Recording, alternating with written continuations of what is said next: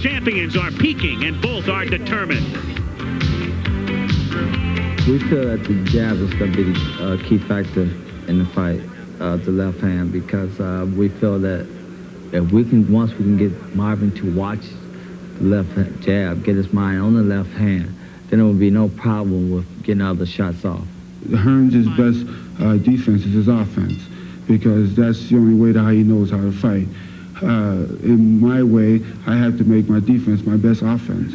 So, and though that I have both ways, because once I get him in trouble, I can change it around. Thomas don't have that ability. I'm here to show the world that I have the ability to punch and power, to get in there and knock out middleweights, light heavyweights, whatever, welterweights, all the way up to the light heavyweight division. I have that power. I have my mind focused on one thing, and that's to destroy him. That is to knock him out. If I have the opportunity, if it's there, I'm going to take it. I think that this fight here will put me in the position to make greatness and put me one step closer to greatness, and which is to win the 4 titles. That's what I feel. War. That's what's on my mind.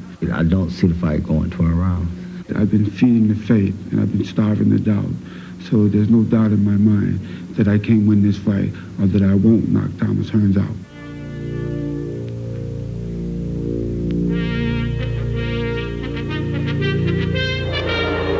And war is right. Hagler is still rankled at the cancellation 2 years ago by Hearns. They train differently. An old-time fighter, Hagler. He trains at Provincetown on Cape Cod. Then he went to Palm Springs and closed his workouts to the public. Hearns came into Miami Beach and then moved right in here to Caesar's Palace and had open sessions. In fact, he led Arabic dancing in the ring with 6 beauties there. It sort of reminds you of Muhammad Ali in his training days. But they're all set now. They want to get to it, and we're going to get right down to ringside to Al Michaels and Al Bernstein. All right, Kurt, well, everybody's been talking about it. Hearns has certain hand speed and the jab and power and all of that, and Hagler is more resolute, and there are a million different factors involved here, and that's why there's been so much talk about who will win. For each man to win, what has to happen? What's the key for each man? I think for Thomas Hearns, he wants to establish his jab. It's very important, and be able to drop the right hand in. He thinks that he can do that against Hagler, and he thinks that he can keep Hagler on the outside by doing that. For Marvin Hagler, the key is to get by that jab, not just get by it, but get inside and then work to the body of that man, Thomas Hearns, and then eventually get to the head. I think the wild card is, will Marvin Hagler switch to righty effectively? If he does that, it might be the key to a victory for him. As is customary, it is the challenger who enters first. It is Hagler's title. Even though Tommy has won 2 titles, he does not own the middleweight crown that he seeks tonight, and thus he is the first to come in. And the long wait is over, as accompanied by the entourage. He is out of the dressing room and about ready to enter the arena.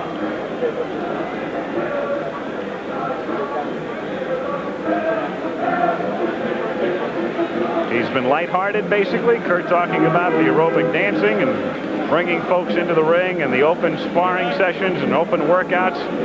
Quite serious right now, though, is Thomas Hearns. And appropriately entering the ring to hail to the victors, the Michigan Fight Song.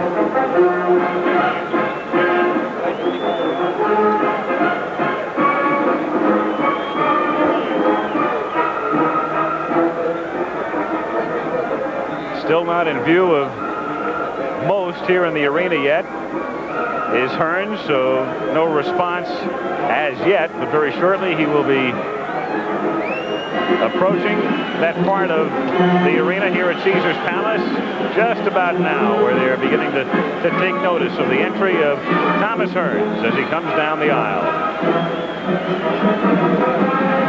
The second time Thomas Hearns has had this kind of situation. The last time, of course, against Sugar Ray Leonard. He hopes this turns out differently. Now he's spotted.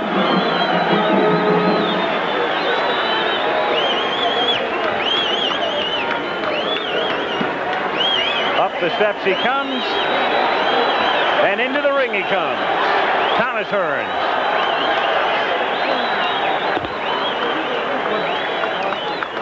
The only loss, of course, to Sugar Ray Leonard back in 1981, a fight in which he was ahead.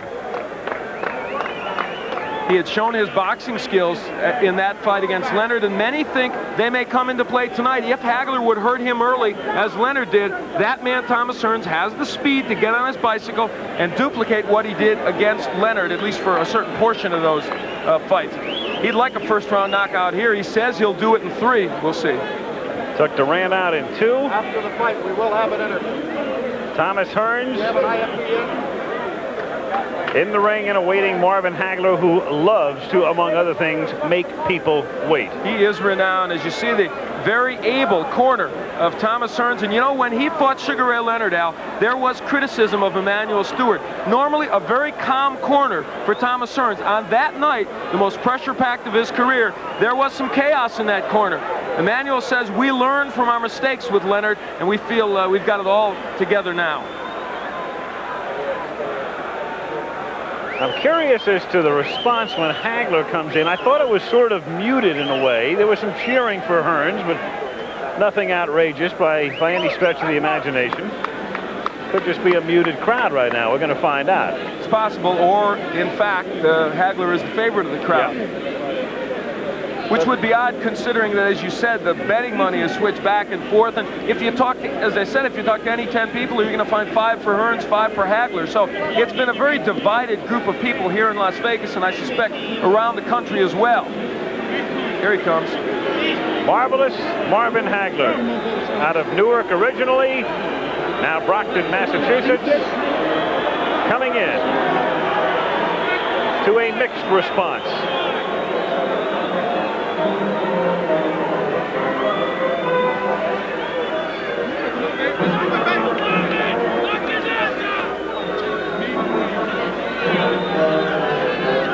One theory is, for those who think Hagler will win, they say maybe this fight means a little bit more to Hagler than it does to Hearns. It means a lot, obviously, to both, but that theory goes that Marvin feels he'll never get the respect he's due unless he beats Thomas Hearns. And he is, of course, chasing the record of Carlos Monzon, looking for the 14 consecutive title defenses. He has 10 now. He's shooting for number 11. And indeed, the response to Marvin Hagler seems to be a little bit more than Thomas Hearns. It is. It is. A bigger hand for Hagler coming in, for what that's worth, than for the headman. When he came in against Roberto Duran in his last big fight, it was just the opposite. So perhaps Marvin Hagler finally getting his due from boxing fans who on occasion have been indifferent to him. Bob Arum, the promoter, called him the Pete Rose of boxing. Hard-working, resolute, single-minded, 62-2. The 2 losses early in his career, both in Philadelphia, both avenged, 50 knockouts. And it's been a long time since he knew what the word defeat was. Only the draw with Antifermo, any kind of stain on his record in recent years. And he certainly avenged that draw.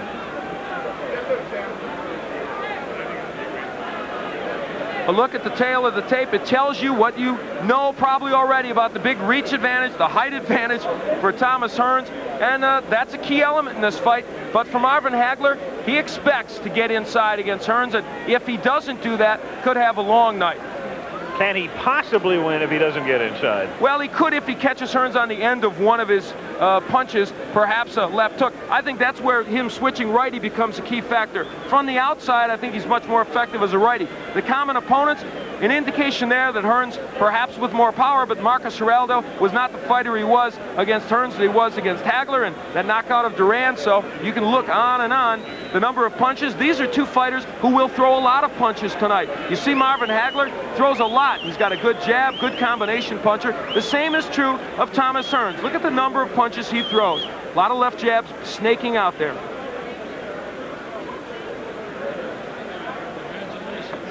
So the pomp and ceremony still taking place. We're going to have the national anthem shortly. Al, here's the difference now. From Nevada, we go to WBC rules. And these will change somewhat. 10-point must system still in effect. There is no 3 knockdown rule. There is no standing 8 count. You saved by the bell only in the last round. Again, the 3 judges will score the fight. International judges, the referee, or the ring doctor can stop the fight. Right now, let's go to the ring and Chuck Hull. Ladies and gentlemen, I would direct your attention to the lighted tower, the Fantasy Tower at Caesar's Palace, just to the northeast of us, and you will see unfurled the largest American flag in the world. The flag was created by Mr. Ski Dembski. And now it gives me a great deal of pleasure to introduce a very talented young man as I ask you to rise, please, as our national anthem will be presented by Doc Severinsen.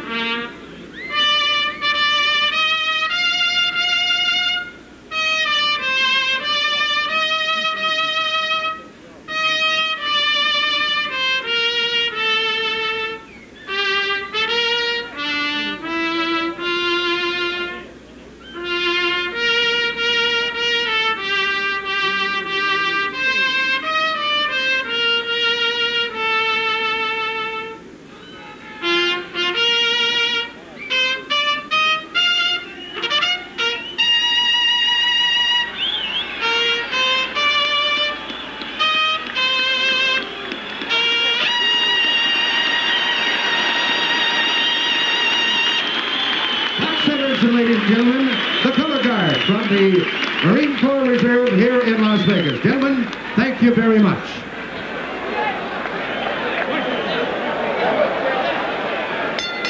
Ladies and gentlemen, the officials assigned by the Nevada State Athletic Commission for the next event of the evening. The judges are Dick Young of Los Angeles, California, Herb Santos of Reno, Nevada, and Harry Gibbs of England.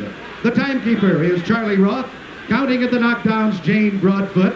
The attending physicians at ringside, Doctors Donald Romeo, Flip Omansky, and Charles Filippini. Your referee for the next event of the evening is Mr. Richard Steele. This is the main event of the night. 12 rounds of boxing for the undisputed middleweight championship of the world. Introducing, in the red corner, the challenger, the WBC Super Welterweight Champion, fighting out of Detroit, Michigan, weighing 159 3/4 pounds. His professional record consists of 40 wins, 1 defeat, with 34 KOs. Ladies and gentlemen, here is Thomas the Hitman Hearns.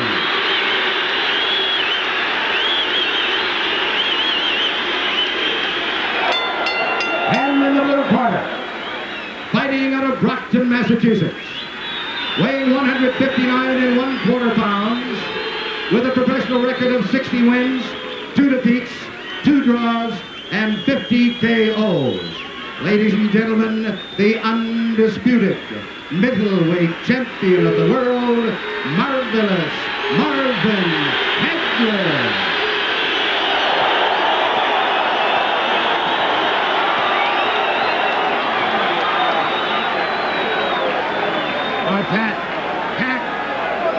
Good 8.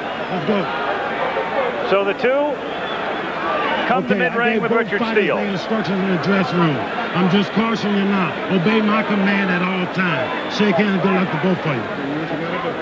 Let's go. Very simple instructions. And finally, it's Hagler against Hearns. The camera's going to have to go. Eloquent simplicity by Richard Steele. Let's go. He knows, they know. Staring at each other through the national anthem. To stare down, of course, so customary before these fights. And here we go. Round 1. Hagler, right off the bat, attempting to get inside. He'd love to be able to pin Hearns on the ropes if he can. A more aggressive start by Hagler. Look at him, right for the body. Marvin Hagler only wants the body. He bangs Marvin.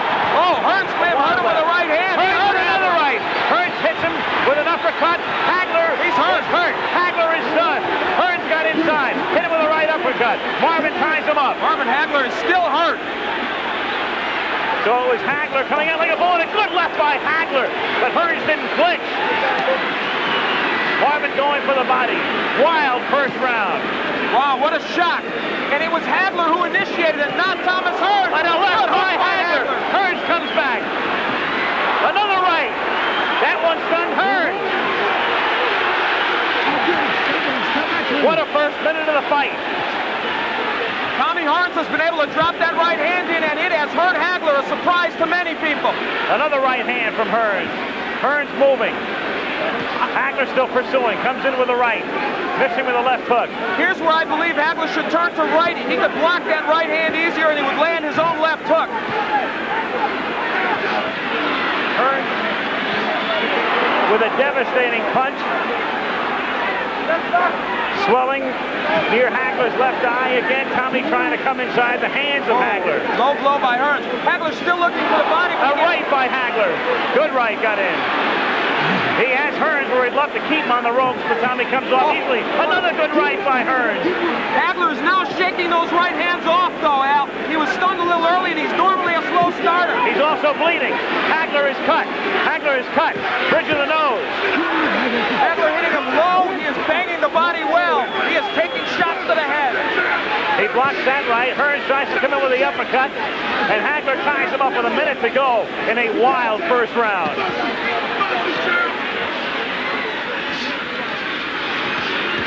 Marvin with a good left hand. There's blood all over Marvin Hagler's face. Can't tell where it's coming from. I thought it started at the bridge of the nose originally, but blood all over the face of Hagler here in round one. But Hagler has him on the rope. Hagler working on him. Hagler relentless, but Hearns trying to box his way out. Half a minute to go in round one. How far can this one go? That's very far in his face. This is where Hagler wants it, but Hearns counterpunching off those ropes fairly effectively. Tremendous first round. Hagler pinning him to the rope, working on him, but Hearns uppercutting again. Hagler bloody. A tremendous sensational first round, and Hearns gets hurt. Hearns got stunned. Hagler was stunned early in the round. Great first round. Wow. Incredible. Perhaps one of the best in middleweight history.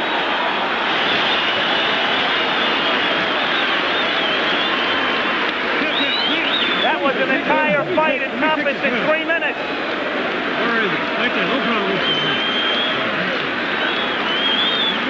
Don't worry about the cut, man. Close your eyes. Close your eyes.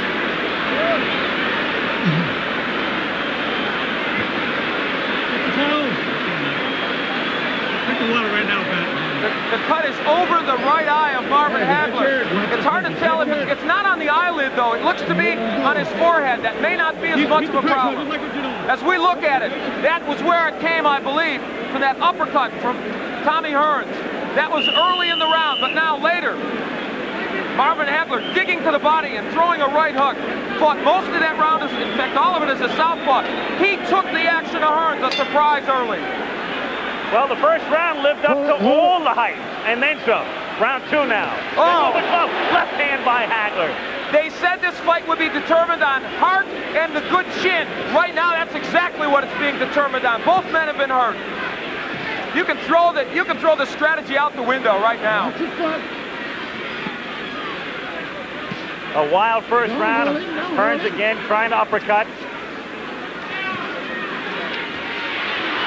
Hearns trying to box. Moving. Slipping off the ropes. Coming back and trying to land that right.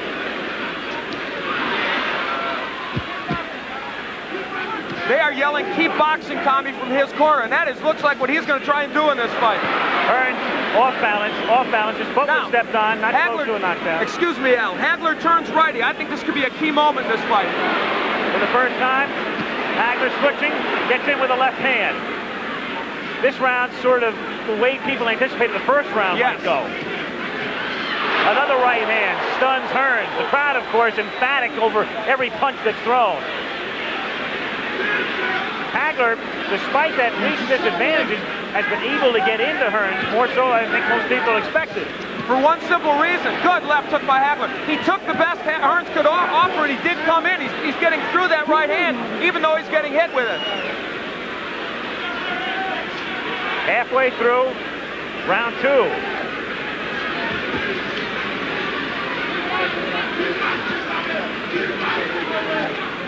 Hagler has fought most of this round as a righty. Now he switches southpaw and lands.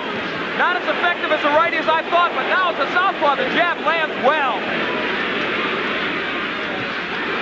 That right jab. Hagler coming in with a left. Richard Steele saying, punch your way out, punch your way out. A key element now is Hagler is working when he's on the inside. He's not just holding, he is working the body of Tommy Hearns. Boy, Hearns looks awkward. His legs look like they're not there. A little rubbery here in round 2. Tommy, though, fluid and moving. Trying to get inside again. The cut opens up over Hagler's forehead. And the blood begins to trickle down. Hagler working inside, now up top. Half a minute to go in round 2. Oh, what a left. Hearns trading with him. Hagler comes out to the right, a left, and another right. He has Hearns in trouble on the ropes. Tommy trying to punch his way off the ropes. Hagler wants to keep him there, goes to the body. Hagler throws low blows.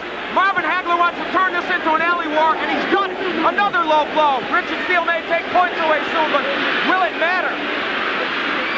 Second round coming to an end. Hagler bloody, but very much unbound. End of round 2.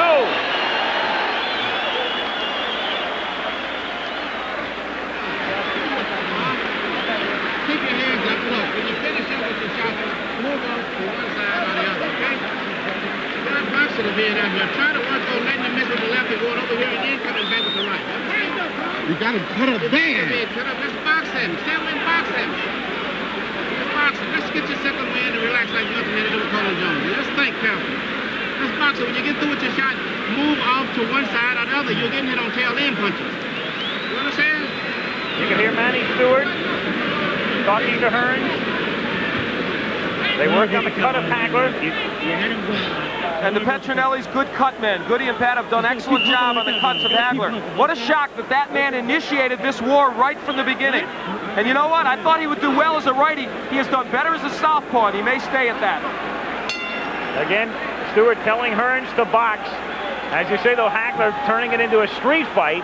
Well, he turns righty. He wants it to be a street fight. Listen, Marvin Hagler has been rough inside. He's thrown some low blows. He has thrown some elbows. Don't push. But you know what? Now the right is getting there, but it's not hurting Hagler. We've got our answer, I think, to some extent. Tommy has been hard-pressed to hurt him with that right. Stunned him early, but not in the last round or two. Very early. Had him stunned, has him cut. But it was Hagler doing the damage in round 2. And now, just as we thought might happen, Tommy Hearns was hurt early, so he is boxing. Now, he has good boxing skills. He did this against Sugar Ray. Can Hagler get to him in this posture? Some people thought, as he again becomes off balance, some thought that if Hearns stayed outside and stayed on his bicycle, it would become a dull fight with Marvin chasing him. But Marvin has been able to corner him, and when Marvin gets him in the corner, he is roughhousing him well. Again, Hagler is all bloodied. Time is called by Richard Steele to send Hagler over to the ring doctor. He's calling the ring doctor in. Of course, the last thing in the world Hagler wants is the fight to be stopped. The doctor looks at it. Back comes Hagler with a wild left hand. It has to be impeding his vision with the right eye. You never know it, though. Tremendous right. Hearns appears rubbery. He appeared that way in the second round. You know, Richard Steele is breaking these fighters very quickly. That's uncharacteristic of him. It's hurting Hagler because he wants to work inside. Hearns is smiling, but he's taking shots. Another right hand. Hearns turns his back, takes another right. Hearns in deep trouble again. Hearns is down. Hearns is down in the third round and on his back. And he's not going to beat the count. I don't believe. Tommy Hearns tries to get up, and They've got to stop this fight. Does he get up? He just doesn't know. He can't continue. It's Hagler, full of blood.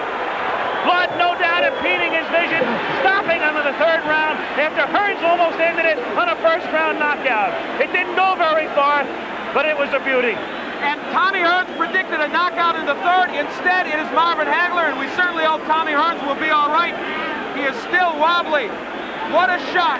Instead of Hearns initiating early action, it is this man who, believe me, has gained any redemption he needed from the loss to Roberto Duran. Marvelous Marvin Hagler. So close to being knocked out in the first round. Withstood the barrage. You'd have to figure he lost round 1, came back round 2, despite the deep cut time called by Richard Steele in round 3. Ring doctor observes, comes back, knocks him out in round 3. So it's Marvelous Marvin Hagler, 61, 2-2. Another look as we watch it at the end. Hagler with that right hand, that lunging right hand. Hearns turning his back on him, and then you'll see Hagler come in and deliver a right to the side of the head. Hearns backing off again, taking the right hand. Legs gone at that point. Down on his back, got up at the count of 10. That was the end of it. Different angle. Hearns, whose legs became rubbery in the second round, having trouble with his balance in round 3. Turning his back. Another right hand from Hagler. But at this point, the damage had been done. Finishing right there, but Hearns was on his way down anyway. Only disappointment is that it didn't go longer. What a 3 rounds. Different angle again now. Right hand from Hagler. And Hearns at that point finished. Off balance and stumbling. And so the man from Brockton, Massachusetts may finally get the respect that he feels he deserves. And acclaim as one of the greatest middleweights in history. Doing nothing to dispute that tonight. Shaking off some thunderous blows in round 1. Withstanding the barrage. Suffering the cut. Coming back strong in round 2. Finishing them in round 3. Hearns right above us in the corner. Tommy still shaking. Tommy on his stool. And Tommy, of course, very disappointed and frustrated as Marvin Hagler, Marvelous Marvin Hagler, the legal name, retains the undisputed middleweight title. And let's go to Al Bernstein now. Marvin Hagler in a chaotic ring here.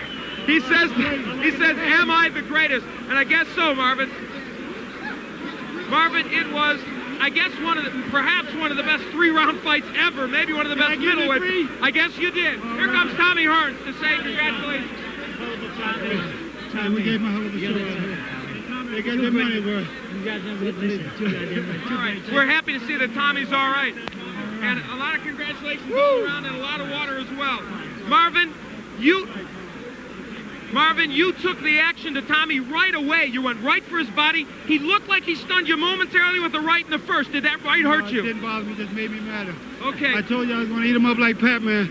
I figured once I get through the right hand, then it was all mine, you know, because I think the first big one, what you tried to put me away out there, and I think that's when I got the cut there, but I wanted to show the world I am the greatest now. Well, you are the greatest middleweight. There's no doubt about that. Did I say 3? You went right for the body. Was that your plan immediately? That was the way we planned. I want to thank all my sparring partners. Especially I want to thank God for giving me the strength and the courage and the confidence to go in here and to know that I was the one. I was the champion, but I had to fight like a challenger. That fight, I think, took tremendous courage on your part for this reason. You walked right in against the cannon. You were willing to take the right hand to knock him out. You got it. I figured I had to take punches or to give some, but I told you he was going to get some too. This was, in some ways, not like the Marvin Hagler we've often seen. Not the ring technician. You bombed. That's it. That's what I felt. I felt as though in every one of my fights I've been fighting, I improved, and I put it all together in this fight. The Petronelli's here. I guess you've got to be just thrilled with this. Probably your biggest moment. The greatest. There's this guy. Does he? Now that we take care of the wise guys, the hurt man, the hit man. We love him. I want to say to all the people out there who spent their money, I hope that you got your money's worth, because Tommy's a hell of a fighter, and I think I put all my all out here. But the better man won tonight. You have talked about going after Monzone's record.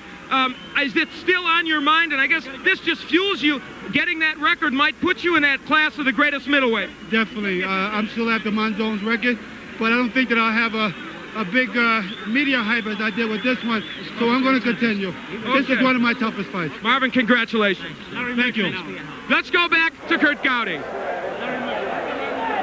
There's been a lot of talk about Hagler retiring. His wife, Bertha's here, their 4 children, and she wants him to retire. When they ask... Ladies and gentlemen, let's go down. Referee Richard Steele stops the bout at 2 minutes, 1 second of the 3rd round. The winner by a TKO and still undisputed middleweight champion of the world, Marvelous Marvin Hagler.